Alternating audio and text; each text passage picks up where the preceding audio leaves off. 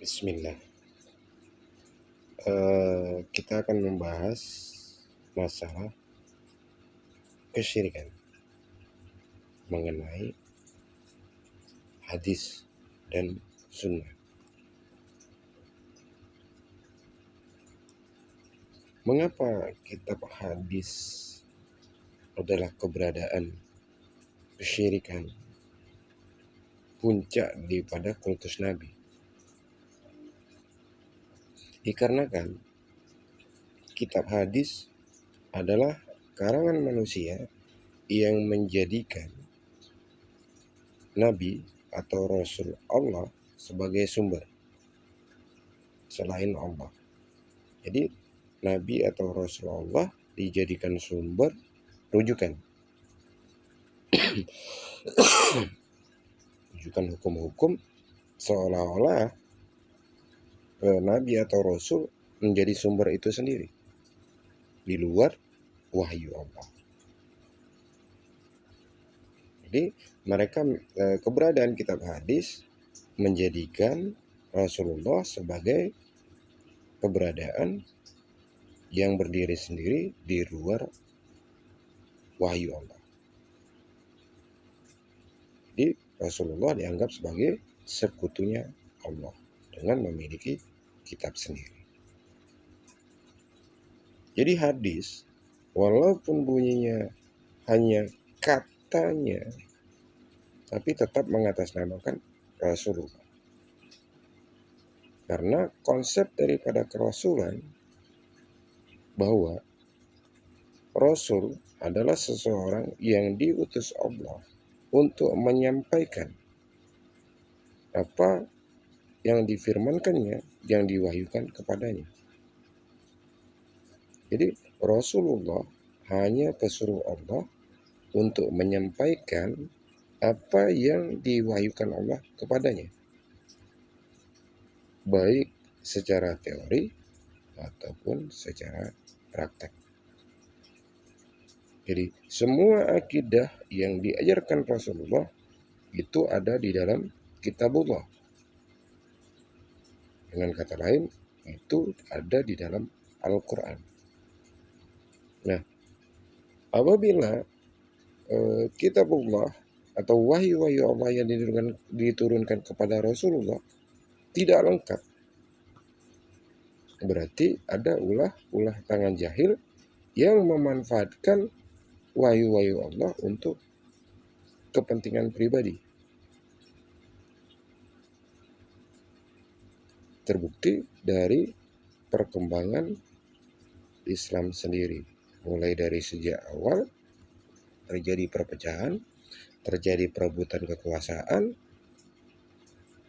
pada saat Rasulullah meninggal. Itu kejadian yang seadanya, maksudnya kejadian yang sesuai fakta. Jadi kitab hadis adalah kitab yang dikarang manusia, yang dikarang oleh ahli kitab dengan mengatasnamakan Rasulullah, dengan menjual nama Rasulullah, walaupun bunyinya hanya katanya. Contoh, di kitab hadis riwayat Bukhari atau Muslim diriwayatkan oleh si A, si B, si C, si D, dan si E, katanya dari Rasulullah. Bunyinya qala Rasul.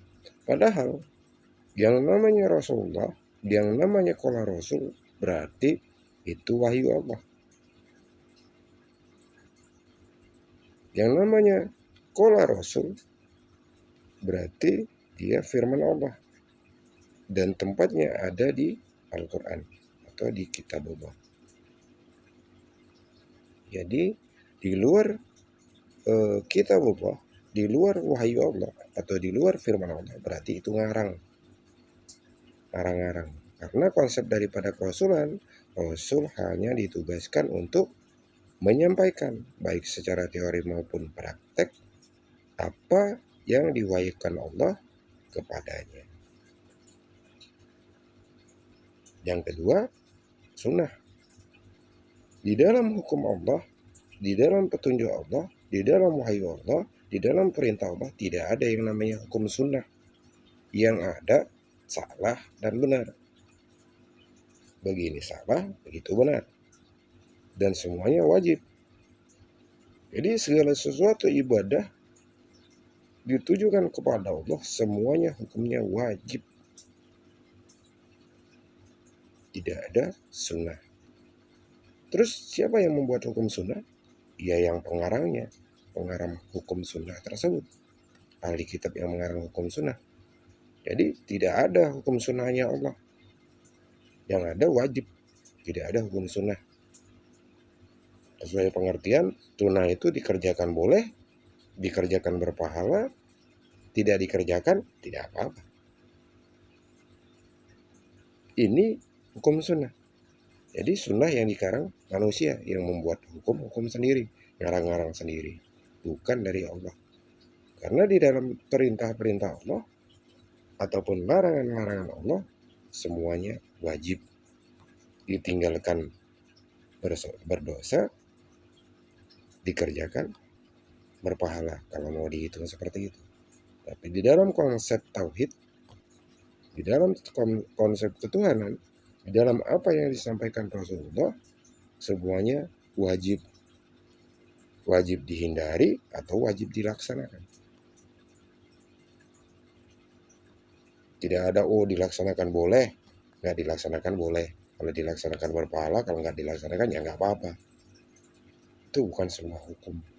Konsep apa yang diturunkan Allah, yang disampaikan Rasulullah. Jadi baik hadis maupun sunnah hanya sebuah karangan manusia. Walaupun di situ jual nama Nabi, sebagaimana kejadiannya pada Yahudi maupun Nasrani atau Kristen. Ada yang namanya kitab Musa, Talmud atau hadis Musa, ada lagi Alkitab yang disampaikan di Kristen, semuanya diambil dari sumber Nabi Isa, bukan Allah.